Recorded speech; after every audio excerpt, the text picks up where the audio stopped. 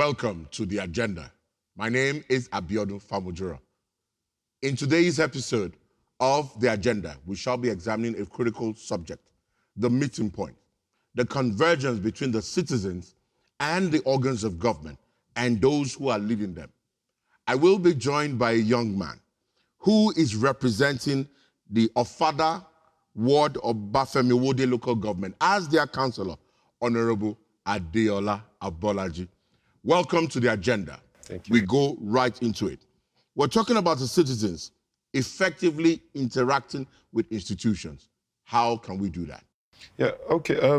Basically, the point of interaction with the institutions, which includes the executive, the legislative, and the judiciary, is still at the point of voting. And that's the most important point. At the point of voting? Yes, that's the most important point, because that's the foundation of everything. Most of us know, most of the policies that have been enacted by the executive affect the citizens directly. The laws that have been postulated and reviewed affects the citizenry, and the judiciary is there to interpret the law that affects the citizenry as well. And the people that are there are citizens, and we elect the citizens. We put them there. They don't just come from heaven. So the point at which we interact with them first is at the point of selection, the point of voting, the point of putting them there. We say, okay, what do you have to do for us? What can you do for us? And this is what we want you to do for us. That's the first point. Once we can get that point correctly, and the people that are there know that we got here on the mandate of the people, not by selection by one godfather or by appointment of someone. Once they understand that we are here by the mandate of these people that can recall me at any time, because the Constitution and the Electoral Act allows you to recall legislators, allows the legislators to impeach the president, and allows the president to at least have some level of powers over who is heading the judiciary as well to a particular extent.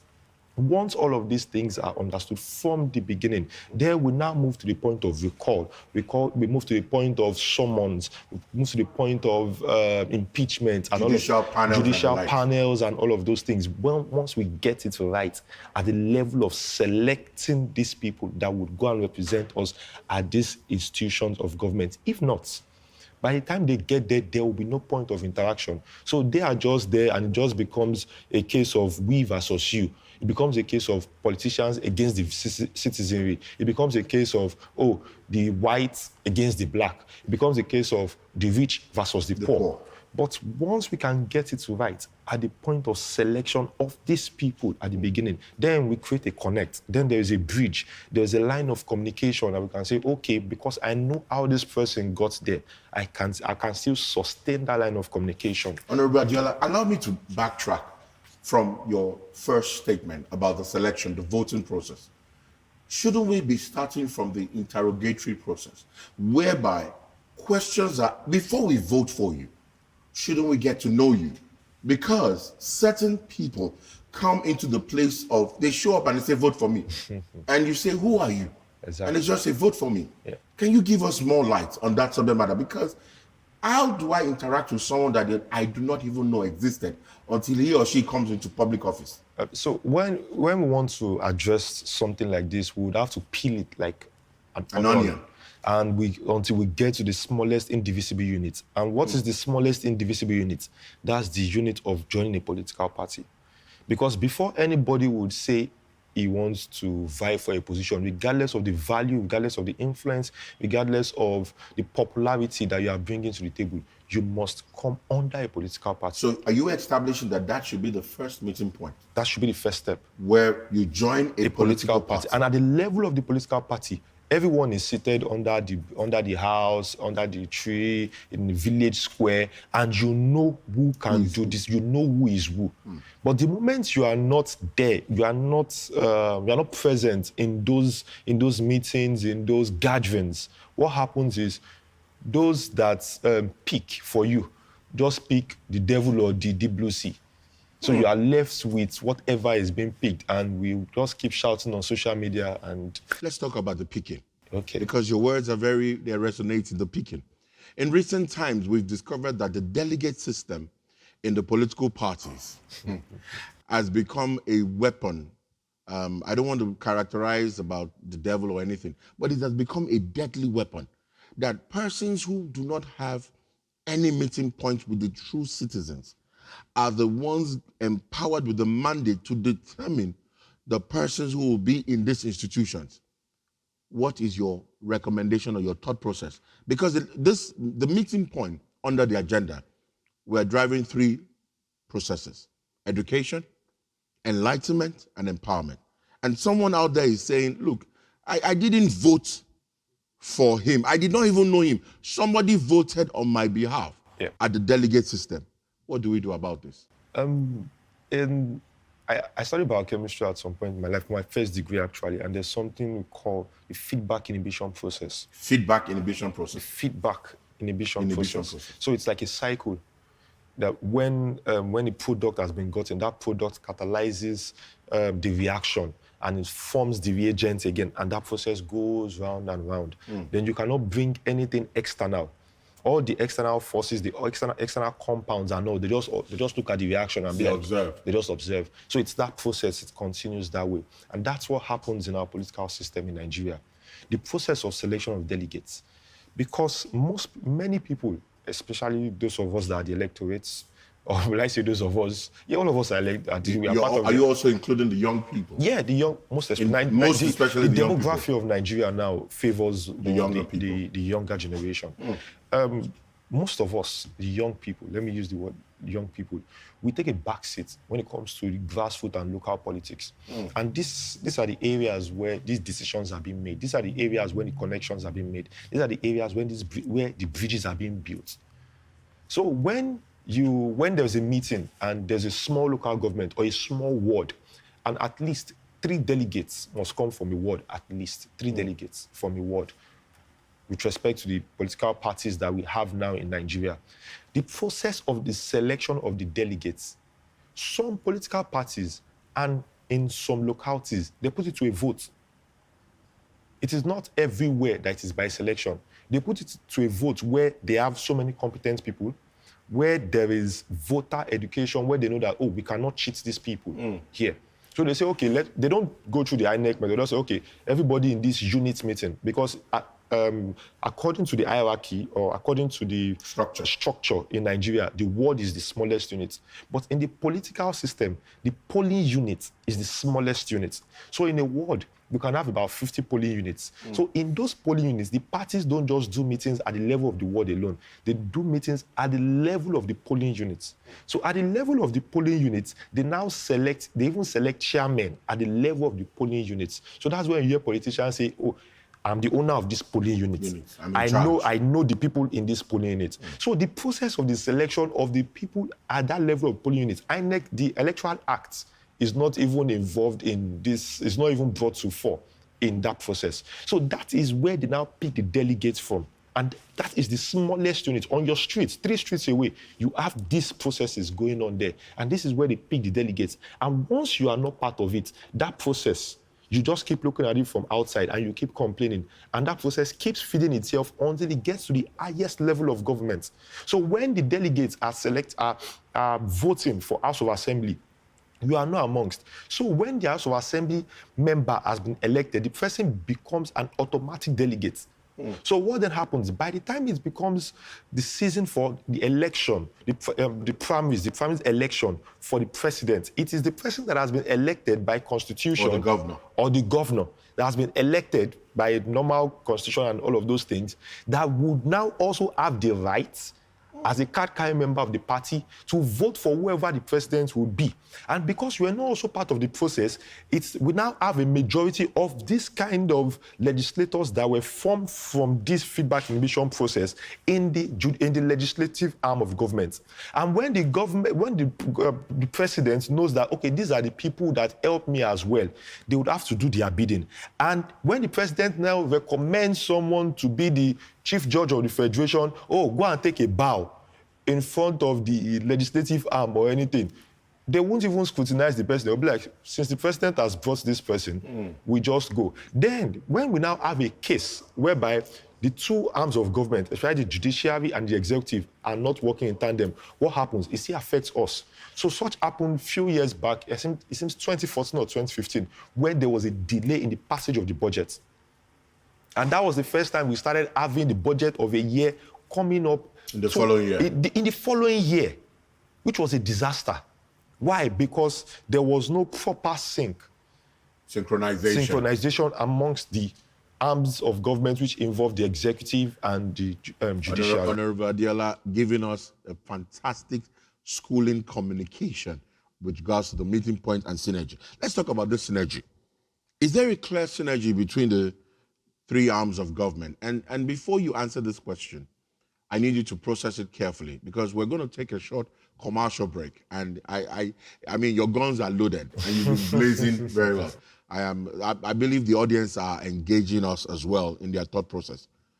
Wherever you are joining us, this is the agenda, examining the subject matter of the meeting point. We'll be back after this short commercial break. Don't go anywhere.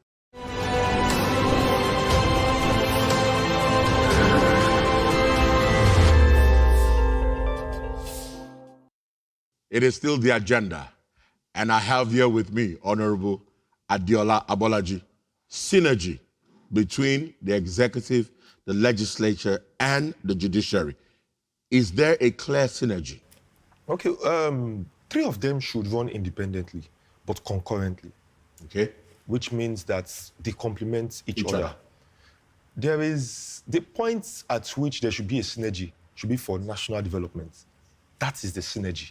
National development should be the focus. Development and advancement of the country. That's the synergy. Is there a synergy? Well, on paper, there's a synergy. On paper, there's a synergy, and there should be a synergy. But in reality? In reality, we have work to do? We have work to do. Please expatiate. We'll still go back to the roots. Because no matter how much you want to check the integrity of a building, you'll have to check what the foundation is. And which is the systems are there, but people drive systems. Yes. Systems cannot drive themselves, no matter how perfect the system is. The system will not drive itself. So people drive systems.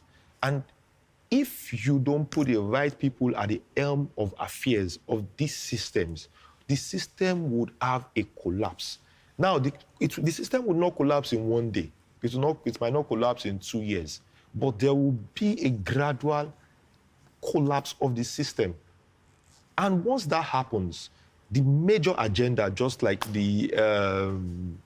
our program here, the major agenda would be tweaked from national development to national embarrassment, which is what we are having today.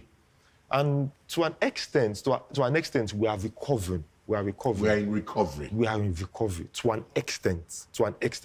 But the pathetic thing about the society we find ourselves, especially a democracy like ours in Nigeria, is when election is approaching, it's as if the goal and the roles of government is as if we shut it down.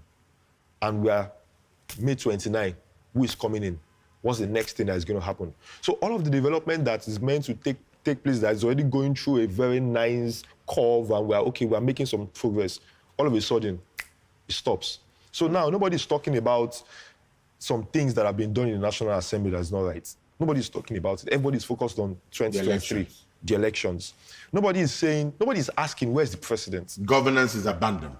Exactly. So nobody's asking, where's the president? Today, the president, we can hear that the president is in so place, but nobody's asking and saying, what is he doing? What's going on? The vice president is not feeling fine. Everybody goes, oh, okay, good luck to him. The Attorney General, is it the Attorney General of the Federation now? Yeah, should be Attorney General. He resigned or something. One of the ministers. Yeah, the Minister of Justice, at some point, he resigned a few weeks ago. And nobody's asking, nobody's saying, why did this guy resign? What happened? What led up to this? What led up to this point? In a sane democracy, there should be the Senate Committee and the House Committee in charge of judiciary and the matters regarding to the law should at least look into things like this. Because the moment we leave things to just happen, there's a gradual decay in the system. Is it a case of values? Is it a case of morals? Is it a case of corruption? Is it a case of his own standing? Is it a case of competence? Is it a case of health? What is the issue? Why is it that in an election You were referring to the Chief Justice of Yes, Nigeria. the Chief Justice. Yes. Why is that in an election year, in an election season, that the judiciary is needed so much, at least to interpret laws, to put checks and balances in so many things and dispute, and we have the Chief Justice of the Federation resigning for no reason or for some reasons that which came in an abrupt manner. I need to ask you a question, very important. You have the three arms of government. It's the meeting point we're talking about here, and the citizens are trying to determine, or the three arms of government try to create an hierarchical competition amongst themselves. I am dominant, I am superior. And then there's conflict of interest. What do you think? Is there an hierarchy? Is there one of these arms of government that is much more superior to the other? And the subject matter of conflict of interest, if there are any, how are they meant to be handled? Okay, for any government to function, especially in a democracy, it must stand on a tripod.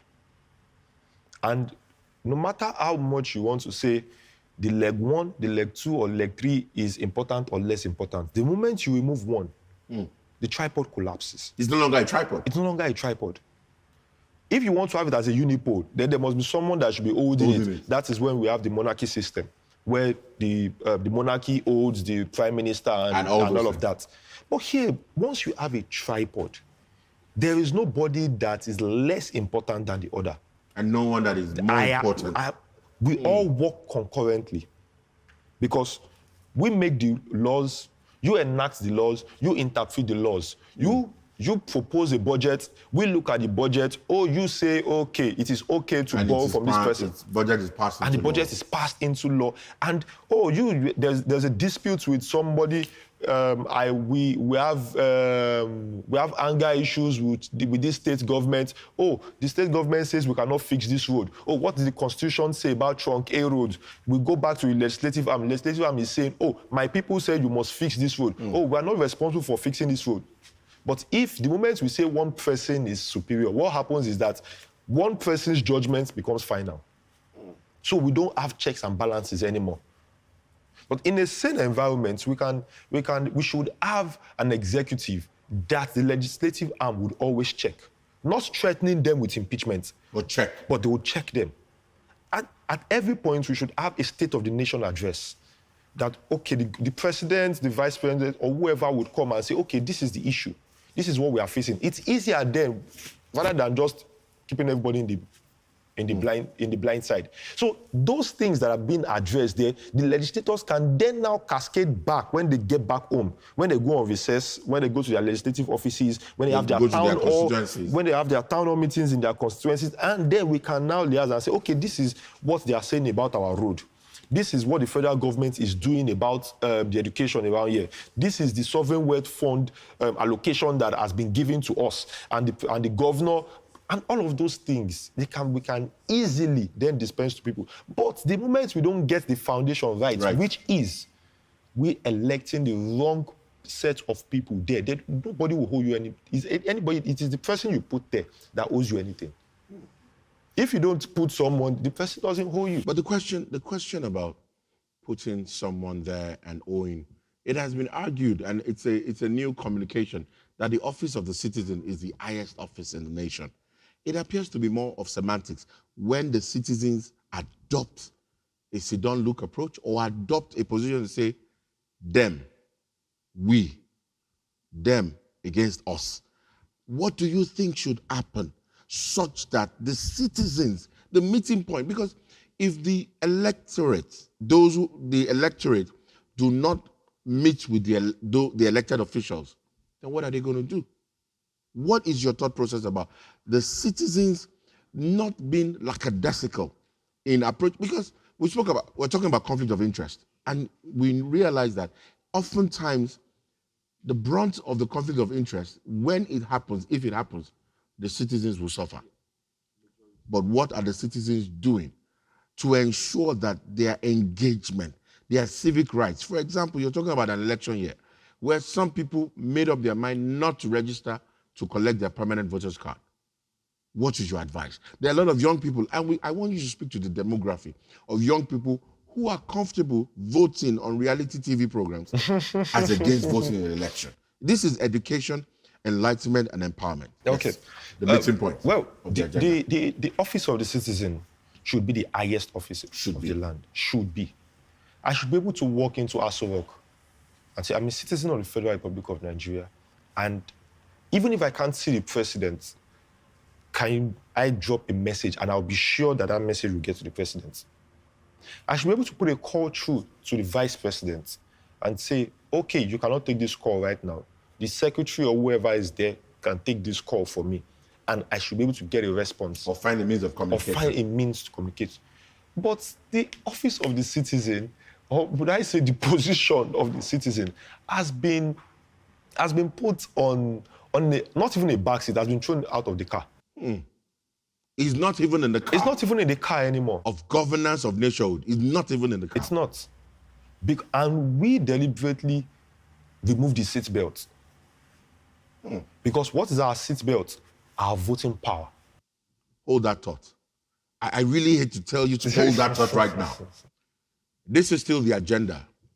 And we're looking at the meeting point, the convergence between the citizens and the institutions of government. I have here with me Honorable Adeola Abolaji. We're going to come back.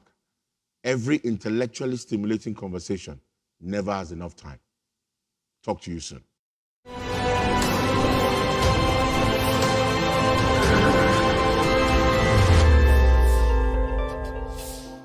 Welcome back. It is still the agenda, and we're looking at the subject of the meeting point. I firmly believe that you're not watching alone. If you have been, it is important that you get other people to join you. I am still with Honorable Adeola Abolaji. Thank you so much. Separation of powers. How effective is it in the Nigerian state? How profound is the application? The separation of power. Is there separation of powers in Nigeria? And is it effective? Okay, to a very large extent, Nigeria is a country that is really driven by a lot of emotions.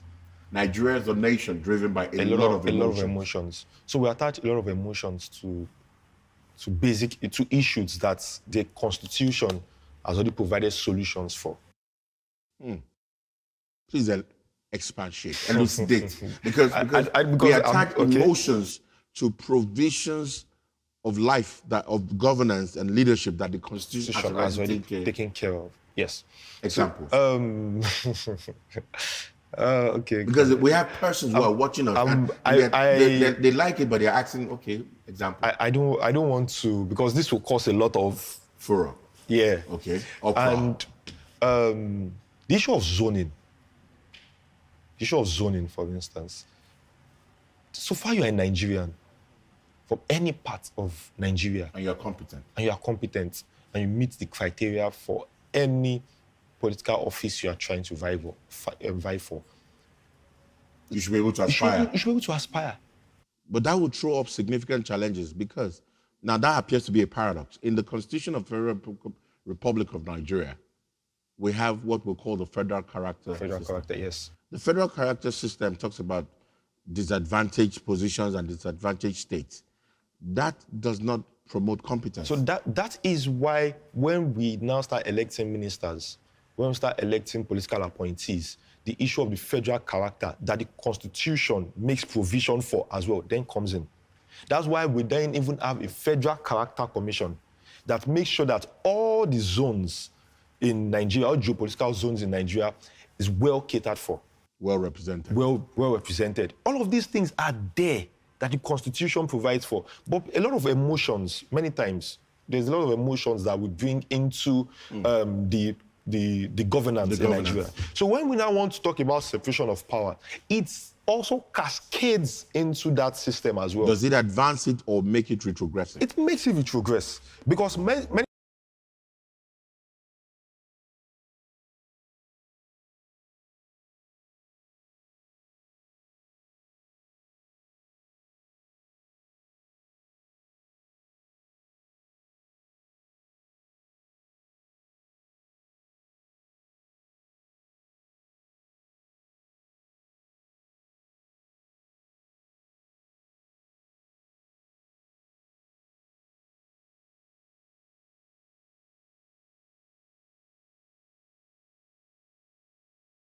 You want to appoint a chief So judge? because we want to appoint a chief judge, and because we say, oh, the Senate president is from this particular geopolitical zone, This the vice person president, cannot be from and that. this person that is competent, we cannot bring up that person to be the chief judge. We will now go and bring someone from somewhere that doesn't really have the confidence, but because he's the highest ranking person that is from that from that geopolitical zone or from that tribe that our emotion appeals to. What then happens? We now bring that person to that position. So in essence, Honorable Adeola, are you not saying that we have sacrificed the authentic separation of powers on the altar of illogical, emotional Exactly. discussion? Yes. Yes. All right. It has been the meeting point. And I would like Honorable Adeola to give us your parting word to all the young people that are watching, beyond being an election year, a year preceding an election and things. This is the agenda. Our intention is to craft the narrative, make the recommendation. Some persons are listening and they're saying, oh, I did not know this. Education, enlightenment, empowerment. And the greatest empowerment is the empowerment of the mind. Yes. What is your final parting shot for now on the agenda? What is your final word? Okay. My final word is there is no position that you vie for or that you support or that you actively get involved in when it comes to the Federal Republic of Nigeria that is too small for you to make a difference. You might be in the judicial space, you might be a lawyer, you might be a barrister. I don't really know the legal description. And legal description, all of that. But at some point, it is possible for you as a lawyer now in a small law firm to become the Chief Justice of the Federation. It's possible for you to become an High Court judge. It's possible for you to become an Appeal Court judge at some point, and you'll be relevant and you'll be needed for election appeals. You'll be relevant for disputes in future. It is possible for you now that as a councillor, you become the senator representing your constituency. It is possible for you now that even as a local government chairman, you become the governor, you become the president at some point. It's possible for you now as a member of the House of Representatives to become a Senate president at some point, or the Speaker of the House of Representatives. So there is no position that is too small for you to vie for.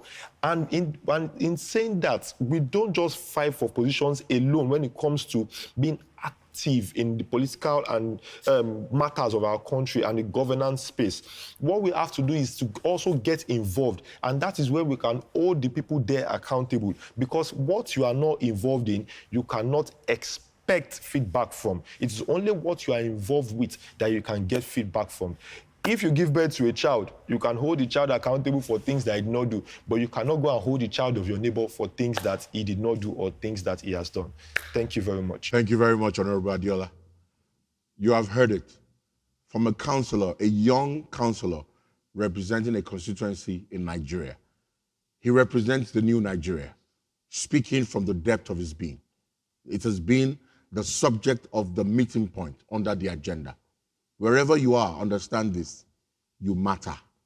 Until you say to yourself that you do not matter, you matter. And please ensure that your matter is not anything that has weight and occupies space, but that which carries impact. Abiodun Famujura remains my name. This is the agenda. Please connect with us on all our various social media platforms displayed on the screen. We value your feedback. We value your engagement. The Nigeria of our dreams is a reality. Till I come your way next time, stay tuned to this platform, because our content is configured to make a difference in your life. Bye for now.